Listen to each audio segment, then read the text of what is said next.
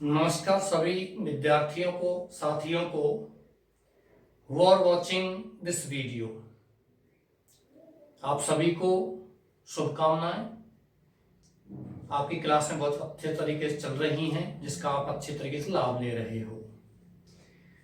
प्रिय विद्यार्थियों, class 12th 18 मई और आपका टॉपिक चल रहा था आर्टिकल स्पीच।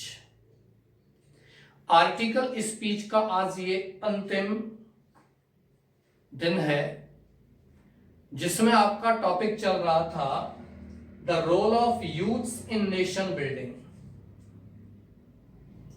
राष्ट्र निर्माण में युवाओं का योगदान। एक दो बच्चों के कमेंट्स आए थे। नंबर 1, लेटर राइटिंग में कंप्लेन लेटर्स में यूअर्स फेथफुली लिखने का प्रयास करें।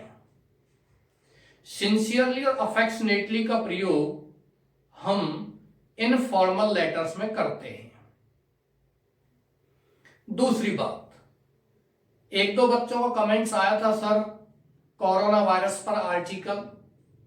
प्रिय विद्यार्थियों, आर्टिकल और स्पीच इसमें कुछ खास अंतर नहीं है। हमेशा ये किसी फैक्ट पर आधारित होते हैं, किसी तथ्य पर आधारित होते हैं। जबकि बात की जा रही कोरोना वायरस, ये एक इवेंट बन गई है, एक प्रकार की घटना बन गई है कि कोरोना वायरस कहां से शुरू हुआ था, किस किस तरीके से ये अन्य देशों में पहुंचा, किस किस तरीके से भारत में पहुंचा और भारत सहित विश्व के अन्य सभी देशों में इसने कितना हानि पहुंचाई है, कितना जन और धन की हानि पहुंचाई है, लोगों के जीवन को कितना तोड़ करके रख दिया है। इस पर रिपोर्ट तैयार की जाती है। रिपोर्ट का मतलब प्रतिवेदन। आपने कोई घटना घटित होती हुई देखी और हम उस घटना के बारे में जो कुछ लिख रहे हैं वो रिपोर्ट कहलाती है।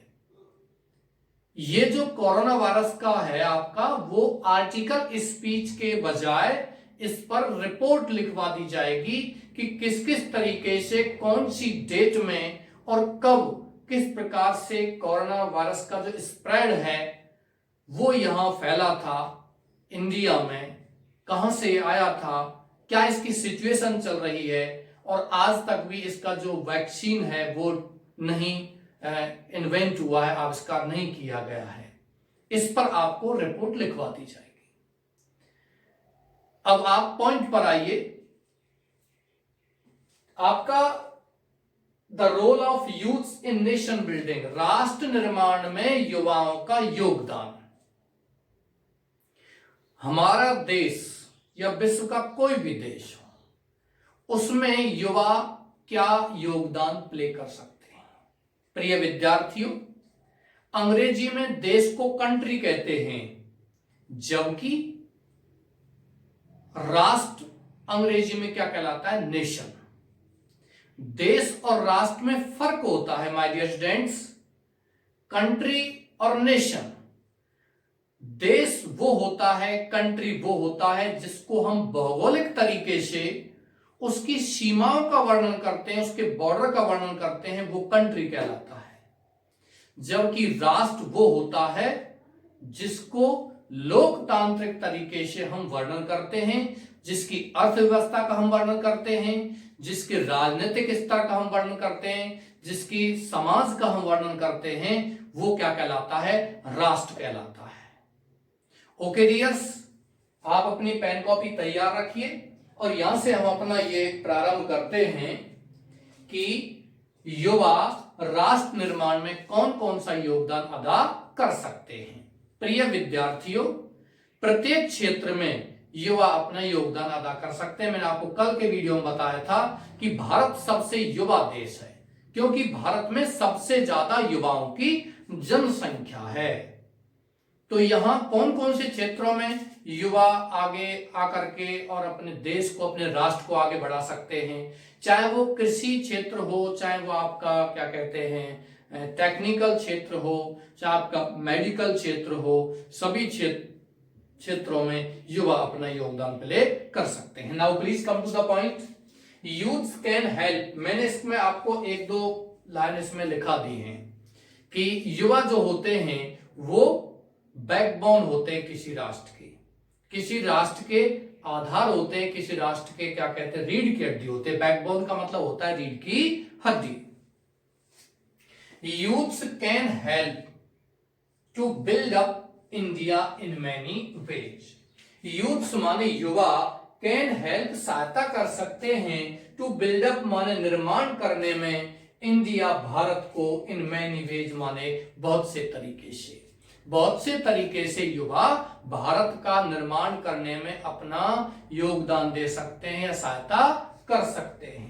अब इसमें आपको सारी चीजें लिखनी है, आपको सुझाव लिखने हैं, युवा कितने ताकतवर होते हैं वो आपको लिखना है, उसमें कौन कौन क्षेत्रों में युवा जा सकते हैं, ग्रामीण क्षेत्रों में युवा जाकर कौन सा अपना योगदान प्ले कर सकते हैं।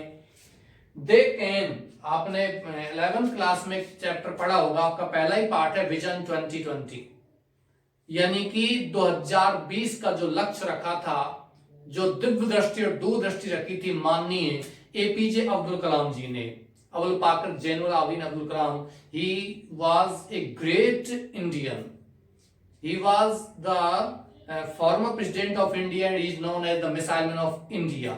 उसने बहुत सारी किताब लिखी हैं, आप साइंस के बच्चे हैं, विशेषकर ज्यादातर जो इस वीडियो को देख रहे हैं, आपको वो यानी कि माननीय अब्दुल कलाम जी की जो बुक्स हैं वो जरूर पढ़नी चाहिए। विजन 2020 आपका चैप्टर दिया हुआ है 11वीं क्लास में। इसके अलावा wings of fire, wings of fire का मतलब यानी कि अग्निपंख, आप उसको पढ़िए, बहुत अच्छी शानदार बुक है। उन्होंने कहा था फेल का मतलब ये नहीं है कि आप बिल्कुल पूरी तरीके से पीछे हट गए, first attempt in learning, fail का मतलब ये होता है यानी कि सीखने का पहला प्रयास। उन्होंने कहा था there should be a fire of desire inside your heart to get something, to achieve something. कुछ प्राप्त करने के लिए तुम्हारे हृदय में क्या होना चाहिए, किसी चीज को प्राप्त करने की अग्नि होनी चाहिए, ये उन्होंने कहा था। चलिए please come to the point. They can work in village, युवा कैन वर्क माने काम कर सकते हैं, इन विलेज माने गांवों में। To root out, root out का मतलब जड़ से उखाड़ना, जड़ से उखाड़ना, ध्यान रखना। रूट का मतलब होता है जड़ और रूट आउट का मतलब होता है जड़ सहित उखाड़ना। द सोशल इविल्स माने सामाजिक बुराइयों को, एंड सुपरस्टिशंस और अंधविश्वासों को। आप लिख सकते हो यहां अंधविश्वास, और इविल का मतलब क्या होता है, बुराई। दे में एजुकेट, वे शिक्षित कर सकते हैं, इलिटरेट पीपल, कैसे लोगों को, निरक्षर लोगों को।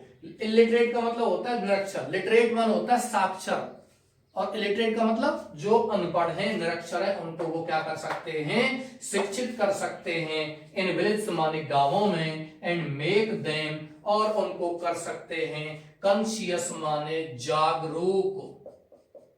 कॉन्शियस का मतलब क्या होता है, जागरूक, जागरूक का मतलब चेतना डाल सकते हैं, ऑफ देयर राइट्स, अपने अधिकारों की, एंड ड्यूटीज, और कर्तव्यों की, इन ए डेमोक्रेटिक कंट्री, एक लोकतांत्रिक देश में। प्रिय विद्यार्थियों, डेमोक्रेटिक का मतलब होता है लोकतांत्रिक। लोकतांत्रिक का मतलब क्या होता है, what is mean by the word democratic. Democratic का मतलब डेमोक्रेसी, लोकतंत्र। लोकतंत्र का मतलब क्या होता है, the love of people to the people by the people. जनता का जनता के लिए, जनता के द्वारा जो शासन होता है, जो कानून होता है, वो क्या कहलाता है, डेमोक्रेसी कहलाती है। लेकिन यहां क्या कहा है, डेमोक्रेटिक कंट्री, एक लोकतांत्रिक देश में वो कौन, युवा लोगों को अपने अधिकार और कर्तव्यों के प्रति जागरूक कर सकते हैं। राइट मीन्स क्या होता है, अधिकार। राइट माने सही भी होता है, राइट माने दायां भी होता है, लेकिन यहां राइट का मतलब क्या होगा, अधिकार, और ड्यूटीज का मतलब क्या होगा, कर्तव्य। दस इस प्रकार दे में इंस्पायर, वो प्रेरित कर सकते हैं देम उनको to be a good citizen, एक अच्छे नागरिक बनने के लिए। प्रिय विद्यार्थियों, यह बात की जा रही है कि युवा हैं वो ग्रामीण क्षेत्रों में जाकर के या शहरों में जहां कहीं भी उनको मौका मिलता है वहीं जाकर के वो लोगों को जागरूक करें, विशेषकर उनको चेतना में लाएं, उनको ये बताएं कि वो अपने अधिकार और अपने कर्तव्यों के प्रति जागरूक रहें कि हमारे देश में, लोकतांत्रिक देश में, किस प्रकार से लोगों को अपने अधिकारों का लाभ उठाना चाहिए और लोगों को अपने देश के प्रति अपने कर्तव्य जो होते हैं लोकतंत्र के, उनके प्रति भी जागरूक रहना चाहिए। ये चीजें बता सकते हैं और वे लोगों को प्रेरित भी कर सकते हैं कि वो क्या करें, एक अच्छे नागरिक बने। इंस्पायर का मतलब प्रेरित करना, देम उनको to be a good citizen, एक अच्छे नागरिक बनने के लिए। टू बी माने होना, बनना। यहां से आगे, यहां तक आपका ये हो चुका है और यहां से आगे आपको पैरा चेंज करना है, पैरा बदलना। यहां से आगे ए नेशन से आगे, आपको यहां लग रहा होगा थोड़ी जगह नहीं है व्हाइट बोर्ड की वजह से, है ना। आपको अपनी कॉपी में जब लिखना है तो यहां से आगे आपको अपना पैराग्राफ बदलना है। मैं यहां निशान लगा दिया, ये लीजिए, यहां से आपको पैरा चेंज करना है। यहां से आपको बताना है कि युवा किस प्रकार से राष्ट्र की ताकत होते हैं। ए नेशन, एक राष्ट्र, डज नॉट लिव, नहीं जीवन जीता है, बाय इट्स बिग फैक्ट्रीज, अपने बड़े कारखानों से, डैम्स, बांधों से, एंड बिल्डिंग्स, और भवनों से। किसी राष्ट्र में बड़े बड़े बिल्डिंग्स हैं, बड़े बड़े बांध बने हुए हैं और बड़ी बड़ी फैक्ट्रियां हैं, तो इसका मतलब ये नहीं है कि वो राष्ट्र एक अच्छा जीवन जी रहा है। आगे चलते हैं। इट कैन ओनली लिव, यह राष्ट्र केवल कैन लिव, जीवन जी सकता है, by the character of its people, इसके लोगों के चरित्र से, कि उस राष्ट्र में रहने वाले लोगों का चरित्र किस प्रकार का है, वो लोग कितने आदर्श स्थापित कर पाते हैं, वो लोग अपने जीवन, अपने लोगों के प्रति, समाज के प्रति कितने नैतिक हैं, कितने जागरूक हैं। इस प्रकार के लोग यदि किसी राष्ट्र में हैं तो वो एक अच्छा राष्ट्र माना जाता है, वो एक ताकतवर राष्ट्र माना जाता है। ये तो उस पाठ में 11वीं क्लास में आपने पढ़ा होगा, अब्दुल कलाम जी के पाठ में, विजन 2020 में, उन्होंने भी कहा था कि बहुत से अन्य देश, जिसमें ये नाम भी लिखा हुआ था कई देशों का, कि बहुत से अन्य देश जिनके पास पावर है, एटॉमिक पावर है, परमाणु ताकत जिनके पास, वो लोग भी भारत से डरे हुए हैं, क्योंकि भारत जैसी इंटेलेक्चुअल पावर जो है, भारत जैसी बौद्धिक ताकत जो है, वो किसी भी देश के नागरिक में नहीं है, इसलिए वो लोग डरे हुए हैं। उनको स्पिरिचुअल पावर उनको चाहिए, तो उनके पास वो है नहीं, और वो ताकत केवल किसके पास है, भारत के पास है। उसी प्रकार से बताया गया है कि लोग जो है उनके पास उनका चरित्र कितना उच्च है, उसी से वो आगे बढ़ सकते हैं। The qualities of honesty and cooperation should be cultivated from very beginning of their life. The qualities माने गुण, of honesty माने ईमानदारी के, and cooperation और सहयोग के, should be cultivated माने ढाले जाने चाहिए। किसके? ईमानदारी के और सहयोग, कोऑपरेट करना। कोऑपरेशन माने सहयोग, लोगों में ईमानदारी और सहयोग के गुण ढाले जाने चाहिए। कल्टीवेट माने ढालना। फ्रॉम वेरी बिगिनिंग, बिल्कुल शुरुआत से, ऑफ देयर लाइफ, अपने जीवन की। प्रिय विद्यार्थियों, आप यदि ईमानदारी के और सहयोग की भावनाओं के गुणों का विकास यदि किसी बच्चे में करते हैं तो आगे चल करके भी वो बच्चा, वो विद्यार्थी, वो व्यक्ति इन गुणों को अपने आप में स्थापित कर पाएगा, कर सकता है। लेकिन यदि एक बार वो उसमें आदत ढल जाए, अच्छे गुण नहीं, बाद में आप अच्छे गुण उनमें डालते हैं, तो वो उनको स्वीकार कर ही नहीं पाएगा, वो उनको आत्मसात कर ही नहीं पाएगा। जैसे कि आपका एक चैप्टर दिया हुआ है, उसमें लेखन के ऊपर दिया गया है कि साहित्य के संबंध में पठन, कि साहित्य का पठन किस प्रकार से करना चाहिए। तुम्हारा चैप्टर है, पाठ नंबर 6 है, on reading in relation to literature, साहित्य के संबंध में पठन। उसमें लेखक कहता है कि किसी भी किताब को, किसी साहित्य को पढ़ने का मतलब उसको इस प्रकार से नहीं पढ़ना जिस प्रकार से आप सोचते हैं कि मैंने फला फला किताब पढ़ चुकी, I have read such and such a book, मैंने इतनी किताब पढ़ चुकी हैं। लेकिन लेखक कहता है कि अच्छी किताब का पढ़ने वाला वही माना जाता है जो उस किताब के अच्छे व बुरे गुण और दोषों को बता सकता है। उन्होंने यह भी बताया है कि पढ़ने की अच्छी आदत जो है वो बिल्कुल शुरुआत से यदि किसी में ढाली जाए तो भविष्य में या बाद में उनको दिक्कत नहीं आ सकती। और एक बार यदि आदत डल जाती है तो कोई भी व्यक्ति ऐसी किसी पुस्तक को फेंक देगा जिस पुस्तक से he can not gate intellectual food, वह अपना बौद्धिक भोजन प्राप्त नहीं कर सकता। इसी प्रकार से यह बताया गया है कि शुरुआत से ही जीवन में यदि अच्छे गुणों को विकास किया जाए, अच्छे गुणों को ढाला जाए, तो आगे आने वाले भविष्य में वह इन गुणों को नहीं छोड़ पाएगा, क्योंकि ये गुण उसमें स्थायी रूप से स्थापित हो जाएंगे। और हम शुरुआत से बच्चों में इस प्रकार के गुण नहीं देते हैं, इस प्रकार क्वालिटीज को कल्टीवेट नहीं करते हैं, और बहुत बाद में उनको हम ईमानदारी का पाठ पढ़ाते हैं, कोऑपरेशन की भावना को सिखाते हैं, तो वो बच्चे भविष्य में फिर इन गुणों को अचीव नहीं कर पाते हैं। Now please come to the point. Next, youths have to control the country. Youths, युवाओं को, हैव टू कंट्रोल, नियंत्रित करना है, द कंट्री माने किसको, देश को, लाइक द कैप्टन। सॉरी, आप सभी को यहां दी कैप्टन से पहले क्या लिखना है, लाइक लिखना है। लाइक नहीं लिखोगे तो क्या लिखोगे, एज। देखते हैं, युवाओं को हैव टू कंट्रोल, नियंत्रित करना है, द कंट्री माने देश को, लाइक जैसे कि या एज जैसे कि, द कैप्टन माने कप्तान, हु कंट्रोल्स जो नियंत्रित करता है, हिज शिप माने अपने जहाज को। जिस प्रकार से कप्तान अपने जहाज को नियंत्रित करता है, उसी प्रकार से युवाओं को अपने देश को क्या करना है, नियंत्रित करना है। They have to keep an eye, उन युवाओं को हैव टू कीप रखनी है, एन आई माने क्या, एक नजर, ऑन द प्रोग्रेस माने प्रगति पर, ऑफ द कंट्री माने देश की। यूथ्स आर फील्ड, लोग युवाओं को, युवा आर फील्ड माने भरे हुए होते हैं। भाई देश की प्रगति पर ध्यान रखना चाहिए।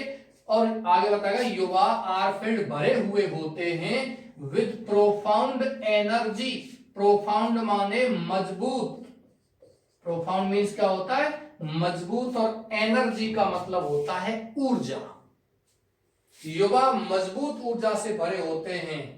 इफ यूथ्स आर गिवन, यदि युवाओं को दिया जाए, सुटेबल डायरेक्शन, उपयुक्त, सुटेबल माने क्या होता है, उपयुक्त, डायरेक्शन माने दिशा, दे आर श्योर, तो उन्हें निश्चय है, टू वर्क हार्ड माने परिश्रम करना, फॉर इट्स फुलफिलमेंट, इसकी पूर्ति के लिए। यदि सही दिशा युवाओं को दिखाई जाए तो ये निश्चय ही मान के चलिए वो इसकी पूर्ति के लिए, यानी देश की प्रगति के लिए वो निश्चय ही कठिन परिश्रम करेंगे।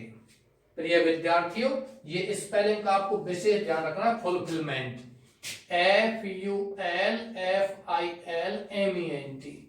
फुल में भी आपको डबल एल नहीं लगाना है और फिल में भी डबल एल नहीं लगाना है, ये ध्यान रखना है। बच्चे गलती कर देते हैं, इसलिए मैंने बताया कि फुलफिलमेंट में FULLFILL नहीं लगाना है, केवल सिंगल एल आपको लगाना है। अब आप इसको कॉपी कीजिए या फिर आप वीडियो को पॉज करके और इसका स्क्रीनशॉट लीजिए। मैं साइड में हटता हूं थोड़ा सा, जिससे कि आपको प्रॉब्लम न आए।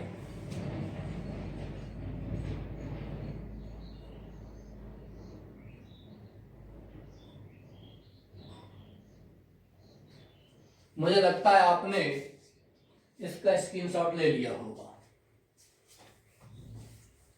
एक और छोटा सा पैरा बनाना चाहते हो बना सकते हो, नहीं तो इसी में आगे लिखिए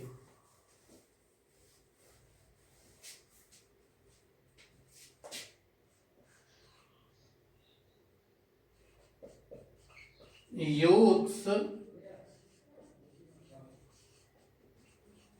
may be given the job of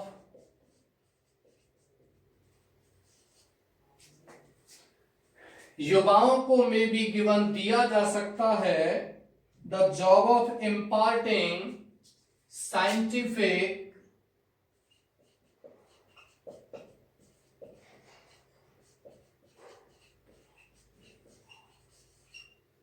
knowledge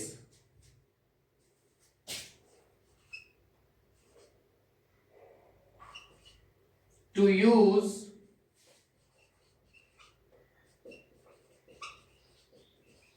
new farming techniques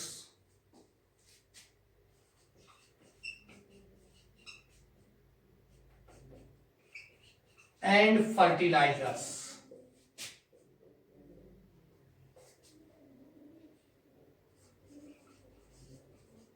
They are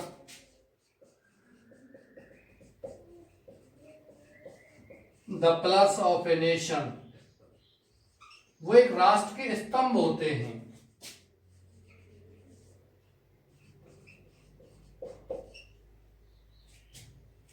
They should be physically sound. ये आपका क्या कहते हैं, the role of youth in nation building, राष्ट्र निर्माण युवाओं का योगदान। आप इसका पैरा अलग से बनाना चाहते हो बना सकते हो, अन्यथा इसी में लिख लीजिए, 2 पैरा हो जाएंगे। इसका मैं इंडिकेट कराता हूं, आप इसको कॉपी कीजिए, इसको उतारिए। स्क्रीनशॉट लेना चाहते हैं तो वो भी आप ले सकते हैं। यूथ से युवाओं को मे बी गिवन दिया जा सकता है द जॉब माने कार्य, ऑफ इम्पार्टिंग माने प्रदान करने का, साइंटिफिक नॉलेज वैज्ञानिक ज्ञान, टू यूज उपयोग करने के लिए, न्यू नई, फार्मिंग टेक्निक्स माने खेती की तकनीकियों का, फार्मिंग का मतलब खेती की और टेक्निक्स का मतलब क्या होता है तकनीकी, एंड फर्टिलाइजर्स और खादों का। फर्टिलाइजर्स का मतलब क्या होता है खाद। आप यहाँ फर्टिलाइजर के स्थान पर जेड के स्थान पर एस भी लगा सकते हैं। मैंने आपको बताया था एक दिन, कुछ एक स्पेलिंग ऐसी होती है जिनमें एस के स्थान पर जेड आता है, and these all spellings are known as American English word.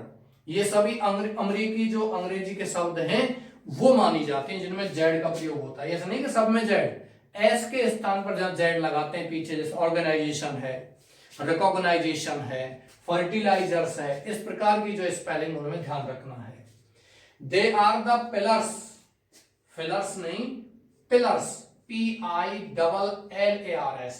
Pillars माने क्या होता है स्तंभ। फिर दोबारा सुन लीजिए, टेक्निक्स का मतलब तकनीकियां, फर्टिलाइजर्स माने होता है खाद, मैन्योर, जमीन को जो फर्टाइल करता है, जमीन को क्या करता है फर्टाइल, फर्टाइल का मतलब उपजाऊ बनाता है, वो क्या कहलाते हैं फर्टिलाइजर्स कहलाते हैं। आप हम सभी ग्रामीण क्षेत्रों संबंध रखते हैं। आपने यहाँ जो गांवों में फसल में खाद वगैरह देने के लिए कट्टे वगैरह ले जाते हैं, आप देखना उसमें लिखा रहता है श्री राम फर्टिलाइजर्स, कंपनी का नाम लिखा होता है, फर्टिलाइजर्स लिखा रहता है उस पर। फर्टिलाइजर्स का मतलब खाद, यानी कि फसल को उपजाऊ बनाने का। मैन्योर दूसरा स्पेलिंग होती है इसकी मैन्योर, MANURE, मैन्योर माने भी क्या होता है खाद। फर्टिलाइजर्स माने खाद, फार्मिंग मीन्स होता है खेती, और इम्पार्टिंग का मतलब होता है प्रदान करना। प्रिय विद्यार्थियों, मैं एक एक स्पेलिंग आपको यहां इसलिए बताता हूं कि जो भी स्पेलिंग लिखाई जा रही हैं आपकी किताब में जो क्वेश्चन है उनमें से, और विशेषकर जो मैं आपको यहां लिखा रहा हूं ये कंपोजिशन पार्ट, इनमें स्पेलिंग का विशेष ध्यान रखना है। क्यों रखना है ध्यान? आपको क्लास 12th में पहला क्वेश्चन आता है एक अनसीन पैसेज यानी कंप्रेहेंशन पैसेज, उसमें वो आपका 9 नंबर का आता है। 9 क्वेश्चन आते हैं उसमें, 6 प्रश्न तो उसमें आते हैं किसके? आपके प्रश्न उत्तरों के। बाकी के 3 जो प्रश्न आते हैं वो 3 मीनिंग आती हैं। कभी कभी उन मीनिंग्स का वो क्या पूछ लेता है? पर्यायवाची, और कभी कभी दे देता है वन वर्ड। वन वर्ड का मतलब एकल शब्द, एक शब्द। One who believes in God, वह व्यक्ति जो भगवान में विश्वास करता है, जिसके that can be see through, जिसके आर पार देखा जा सकता है, क्या कहते हैं उसको? आर पार नहीं देखा है उसको क्या कहते हैं? ऐसे आपको वन वर्ड आते हैं, जैसे कि भगवान विश्वास करने वाला क्या कहलाता है? भगवान विश्वास नहीं करता वो क्या कहलाता है? The person who does not believe in God, atheist, नास्तिक कहलाता है। और जो विश्वास करता है वो थीस्ट, आस्तिक कहलाता है।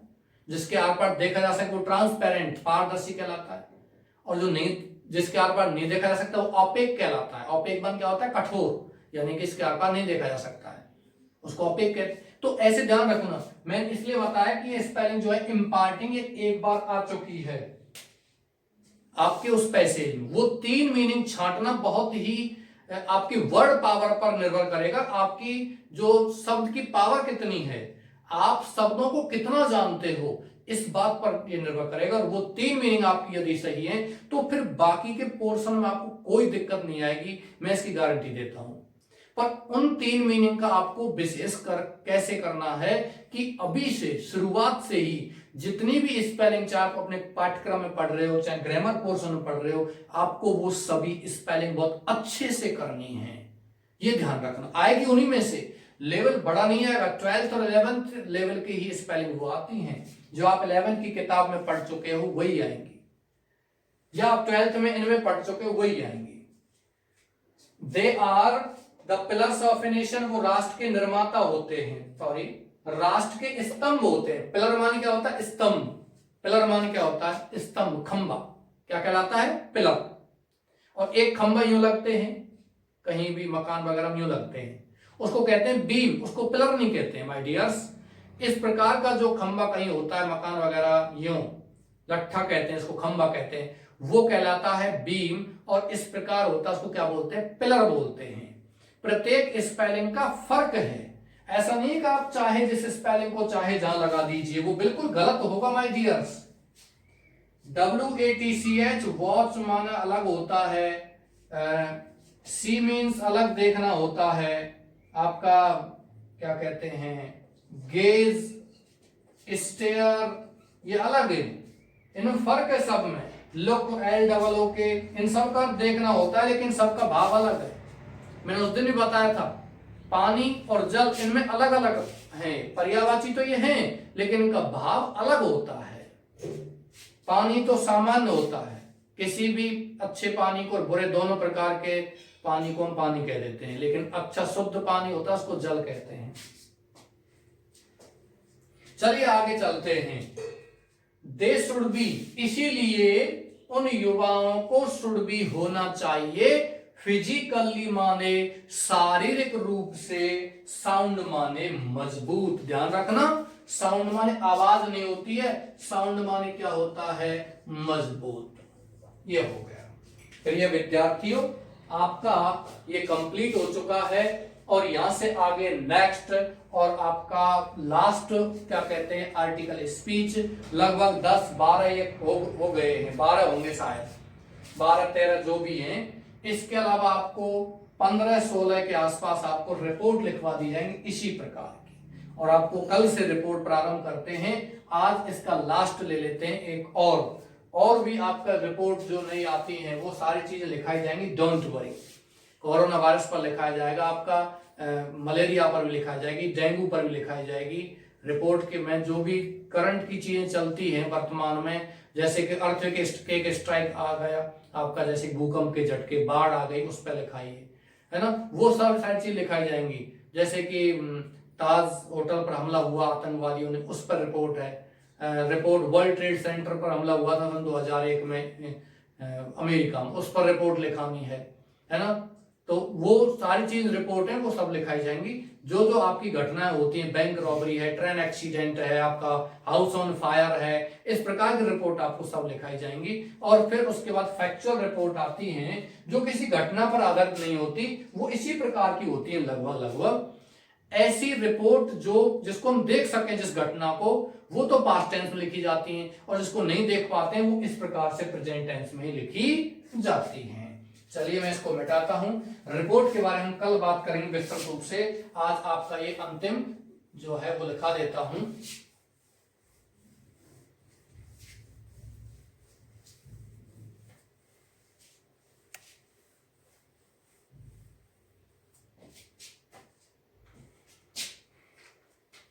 Importance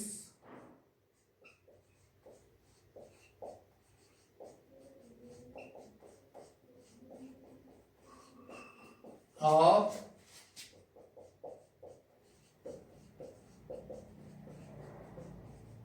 newspapers. प्रिय विद्यार्थियों, ये आपको सारी चीजें लिखवा दी जाएंगी, और जिस किसी भी रिपोर्ट, आर्टिकल, स्पीच आपको भी लगता है, डोंट वरी, ये मत सोचिए मैं लिखाऊंगा जी, आपको भी लगता है सर हमें इस पर रिपोर्ट आप लिखाइए, इस पर आर्टिकल स्पीच लिखाइए। जैसे आपका रिपोर्ट टॉपिक खत्म होता है या आप आर्टिकल स्पीच अब चल रहा है, आप इसके साथ साथ ही कमेंट डालते चलिए कि आपको जो रिपोर्ट वगैरह लिखनी है, आपको लगता है कि साहब पर्सनली मैं वो रिपोर्ट लिखना चाहता हूं, पर्सनली आपको आर्टिकल लिखना है, मैं इस पर मुझे आर्टिकल आप लिख के दीजिए, तो आपका व्हाट्सएप पर जो भी नंबर है, मेरा नंबर भी वहां दिया हुआ है, आप वहां से नंबर ले सकते हो और मुझे आप व्हाट्सएप में उसका वो फोटो लेकर के भेज सकते हो, सर टाइटल का, शीर्षक का, कि सर इस पर आप मुझे आर्टिकल स्पीच लिखकर भेज दें। तो मैं आपको उस पर आर्टिकल स्पीच और उसका डिस्क्रिप्शन, विवरण है उसका, हिंदी ट्रांसलेशन का कुछ है, वो उस पर मैं लिख करके आपको भेज दूंगा, आप उसमें वहां लिख देना मुझे। ओके डियर्स, चलते हैं आगे। Importance of newspapers.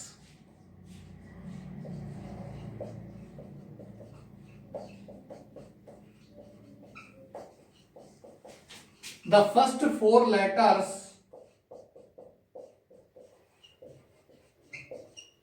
of the word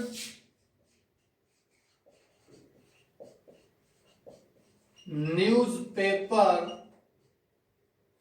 are N, E, W, S. The first four letters, प्रथम चार अक्षर of the word newspaper, शब्द समाचार पत्र के आ रहे हैं S. Newspapers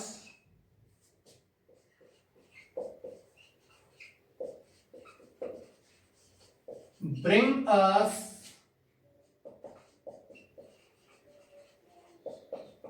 information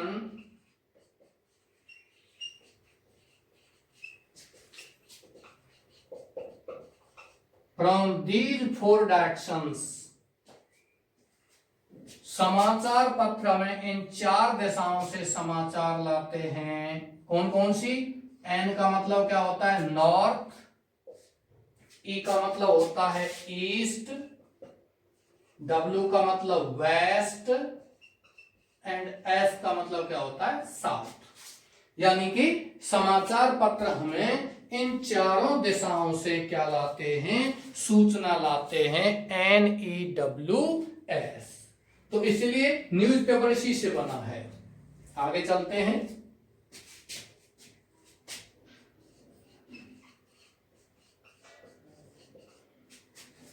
newspapers are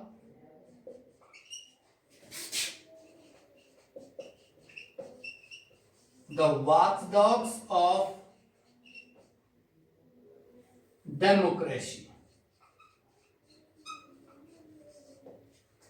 ध्यान रखना है, डेमोक्रेसी नहीं बोलती है, डेमोक्रेसी बोलती है। डेमोक्रेसी, डेमोक्रेसी नहीं बोलती है। watchdogs of democracy. They are the windows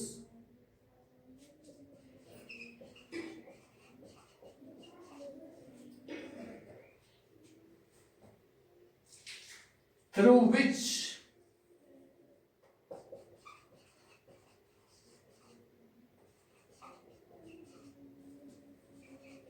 we see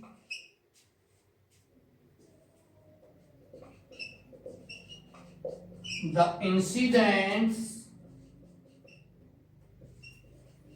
of our country and the world. यह बताया गया है कि न्यूज़पेपर हैं वो क्या कहते हैं, खिड़कियां हैं जिनमें से हम अपने देश और संसार की घटनाओं को देखते हैं.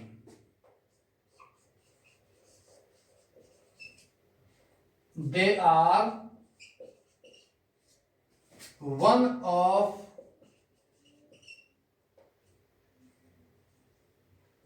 the pillars of a nation.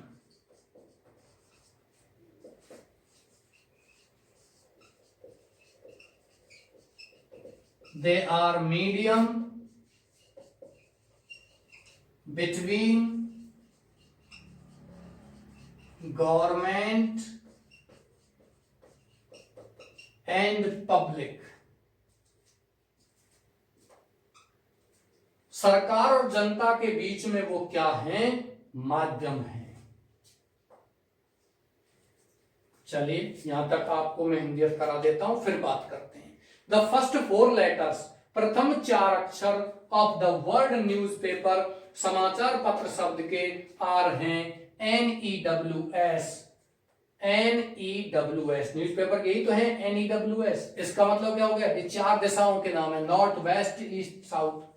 इन चारों दिशाओं से न्यूज़पेपर क्या लाते हैं? समाचार लाते हैं. न्यूज़पेपर्स ब्रिंग अस, हमें लाते हैं इंफॉर्मेशन माने सूचना, फ्रॉम दीज 4 डायरेक्शन, इन्हीं चारों दिशाओं से. कौन कौन सी 4 दिशा है? North, east, west and south, यानी कि उत्तर, पूरब, पश्चिम और दक्षिण. Newspapers are the watchdogs of democracy, समाचार पत्र आर होते हैं द वॉच डॉग्स, माने वॉच डॉग्स निगरानी रखने वाले, प्रहरी. वॉच डॉग्स का मतलब नजर रखने वाले कुत्ते. शब्द न कह करके एक शब्द है हिंदी में सच्चे प्रहरी. प्रहरी का मतलब पहरेदार. अलग अलग इसका अर्थ नहीं लेना है कि वॉच का मतलब अलग अर्थ लेना है, डॉग का मतलब अलग. ऐसे कुत्ते जो निगरानी रखते हैं, ये शब्द उचित नहीं है. प्रहरी शब्द उचित है. पहरेदार ऑफ डेमोक्रेसी, लोकतंत्र के पहरेदार हैं. क्योंकि जब कभी भी लोकतंत्र पर खतरा आता है, लोकतंत्र को चुराने की कोई कोशिश करता है, लोकतंत्र को बिगाड़ने की कोई कोशिश करता है, कोई भी, चाहे वो जनता हो, चाहे वो शासन प्रशासन हो, चाहे गवर्नमेंट के कुछ लोग हैं, तो उनको ये क्या करते हैं? एक्सपोज करते हैं, उनको बताते हैं. क्योंकि जनता की बातों को कहां लाते हैं? ये गवर्नमेंट तक, और गवर्नमेंट की बातों को जनता तक लाते हैं. दे आर द विंडोज, वो ऐसी खिड़कियां हैं थ्रू विच, जिससे होकर के वी सी, हम देखते हैं द इंसिडेंट्स, माने घटनाएं, ऑफ आवर कंट्री, हमारे देश की, एंड द वर्ल्ड, और संसार की. They are one of the pillars of a nation, वो राष्ट्र के स्तंभों में से एक हैं. यानी कि चौथा स्तंभ, 4th स्तंभ कहलाता है. मीडिया, न्यूज़पेपर इसका लोकतंत्र का चौथा स्तंभ माना जाता है. क्योंकि बिना इसके लोकतंत्र चल ही नहीं सकता. जनता को पता ही नहीं चलेगा गवर्नमेंट में क्या मनमानी चल रही, सरकार क्या कर रही है, तो फिर बताइए लोकतंत्र कहां सुरक्षित रहेगा? यहां जो मीडिया है या न्यूज़पेपर हैं, वो निश्चित रूप से लोकतंत्र की रखवाली का काम करते हैं, लोकतंत्र को बचाने का काम करते हैं। We see the incidents of our country, हम हमारे देश की घटनाओं को देखते हैं, एंड द वर्ल्ड, और संसार की घटनाओं को देखते हैं। They are one of the pillars of a nation, वो किसी राष्ट्र के क्या होते हैं, एक स्तंभ होते हैं। यानी कि राष्ट्र के जितने भी पिलर्स हैं, जितने भी स्तंभ हैं, उनमें से एक स्तंभ वो है कौन? न्यूज़पेपर्स। दे आर मीडियम, वो माध्यम है बिटवीन गवर्नमेंट एंड पब्लिक, किनके बीच में? जनता के बीच में, एंड पब्लिक, गवर्नमेंट सरकार के बीच में, एंड पब्लिक और जनता के बीच में। आप यहां तक इसको कॉपी कीजिए या आप इसका स्क्रीनशॉट लीजिए, इसके बारे में फिर बात करते हैं। 5 सेकंड बाद आप इसको उतारिए।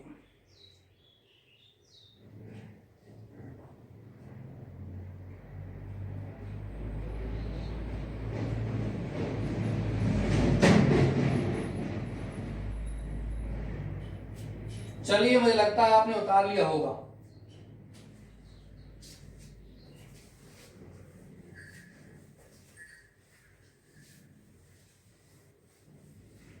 यहां से आगे आप पैरा चेंज कीजिए। The role of newspapers has always been of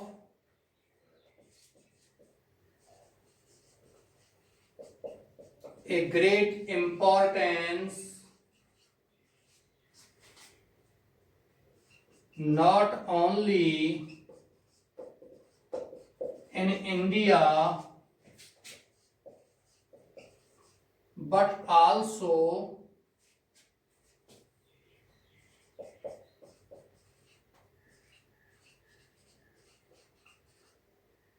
all the democratic countries।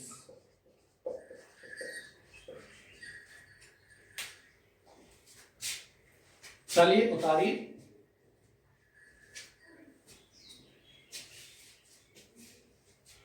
The role of newspapers, समाचार पत्रों का योगदान हमेशा से ही हैज बीन रहा है ऑफ ग्रेट इंपॉर्टेंस, माने बहुत बड़े महत्व का। यानी वास्तव में हमेशा से ही समाचार पत्रों का योगदान बड़ा महत्व का रहा है।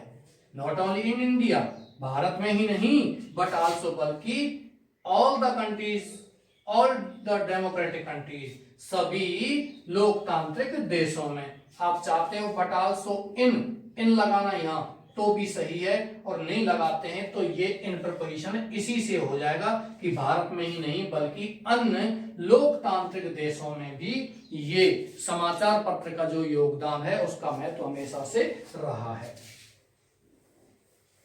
चलिए आगे चलते हैं। नेक्स्ट पैरा चेंज आपने यहां से कर लिया होगा। नेक्स्ट लिखते हैं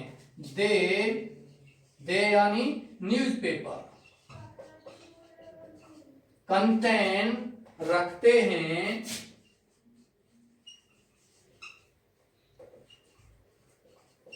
the grievances of public and reflect their opinion. यहां बात यह है कि समाचार पत्र कंटेंट रखते हैं द ग्रीवेंसेस, मतलब समाचार पत्र अपने आप में क्या रखते हैं, क्या आता है समाचार पत्रों में? ग्रीवेंसेस माने शिकायत, लिख सकते हो आप, इसका हिंदी लिख सकते हो। ग्रीवेंसेस माने शिकायत, ऑफ पब्लिक, जनता की शिकायत को रखते हैं, एंड रिफ्लेक्ट और प्रतिबिंबित करते हैं देयर ओपिनियन, उनकी राय, किनकी? लोगों की, जनता की राय को ये क्या करते हैं? प्रतिबिंबित करते हैं, दर्शाते हैं उनको, यानी कि सरकार के सामने लाते हैं। चलिए नेक्स्ट लिखिए। दे आर द मिरर्स, वे दर्पण होते हैं। कौन? समाचार पत्र। इन विच, जिसमें वी सी हम देखते हैं the political, economic and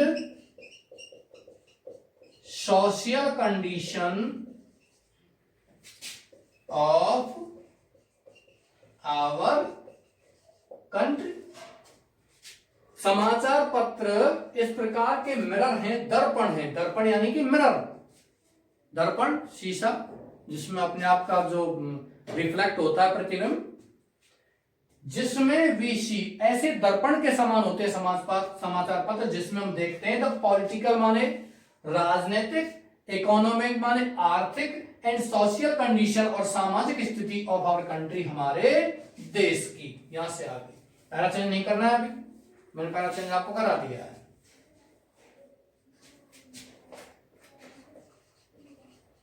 there are various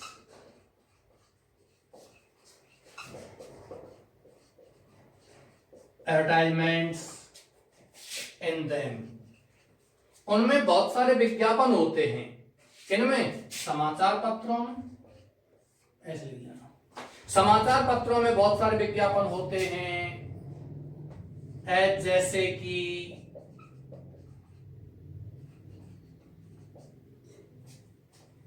matrimonial, matrimonial माने वैवाहिक, एजुकेशनल, एजुकेशनल माने शैक्षणिक,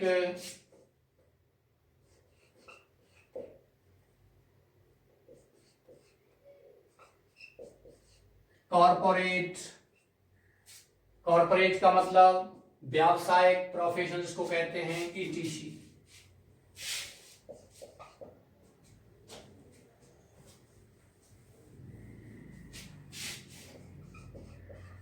Now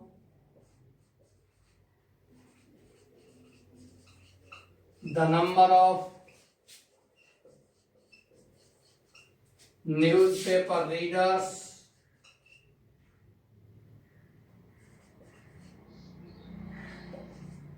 is increasing.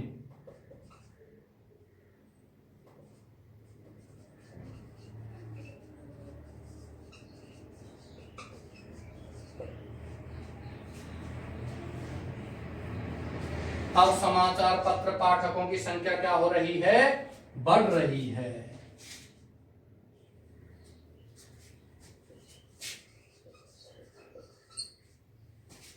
They are the true link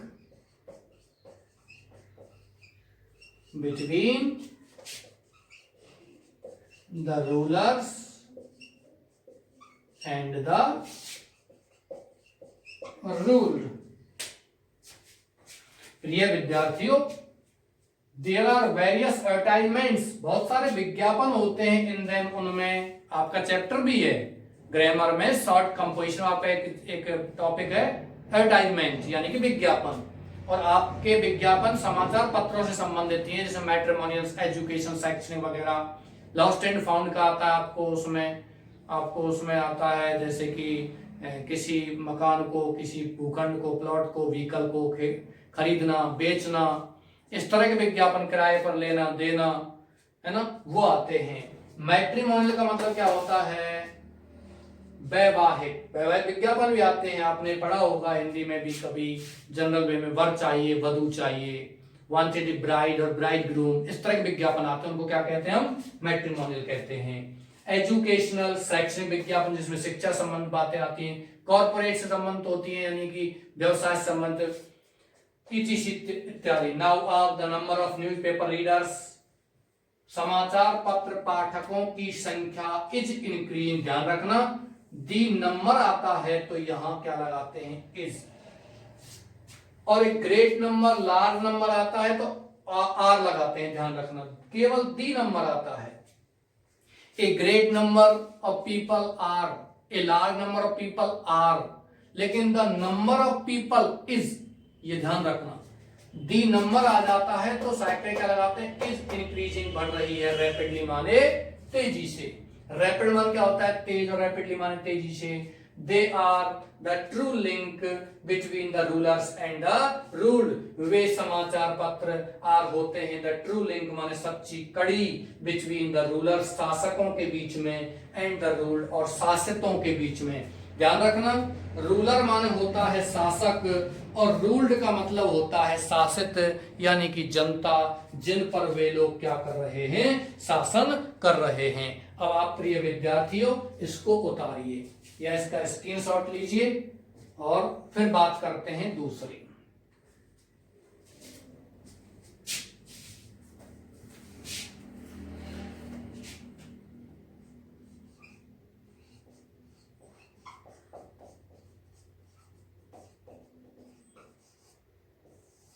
report writing. प्रिय विद्यार्थियों, यहां आपका अगला जो चैप्टर है, अगला टॉपिक है, वो है 7 नंबर का, रिपोर्ट राइटिंग। आपका स्टडी बहुत अच्छे से चल रहा होगा। हम इस टॉपिक के बारे में कल से बात करते हैं, कल से इसके बारे में लिखाता हूं और आपको समझाता हूं कि रिपोर्ट क्या है, कैसी कैसी होती है, किस किस प्रकार से आपको लिखनी होती है, ये इसके बारे में आपको कल बताऊंगा। आज का आपका टॉपिक यहीं तक है। आपको और भी कोई भी टॉपिक पर आर्टिकल स्पीच लिखवाना है, आप मुझे बताना, और है ना, मैं यहीं व्हाइट बोर्ड पर उसको लिखवा दूंगा। इसके अलावा पर्सनली यदि किसी व्यक्ति को, किसी बच्चे को ये रिपोर्ट और आर्टिकल में से कोई भी शीर्षक, थीम के विषय में आपको जानना है, लिखवाना है, तो आपके ग्रुप में व्हाट्सएप पर नंबर है मेरा, आप मुझे उस पर पर्सनली व्हाट्सएप कर सकते हो कि सर मुझे इस थीम पर एक आर्टिकल या स्पीच लिखना है, और आप मुझे, मैं उस पर लिख करके आपको भेज दूंगा जस्ट विद इन 1 घंटे में, आधे घंटे में, जैसे मैं सूचना में देखूंगा, जस्ट लिखने के बाद आपको मैं भेज दूंगा। और भी कोई समस्या हो आपके पाठ्यक्रम संबंधित, आप संपर्क कर सकते हो, कमेंट में भी डाल सकते हो। Okay dears, thank you very much.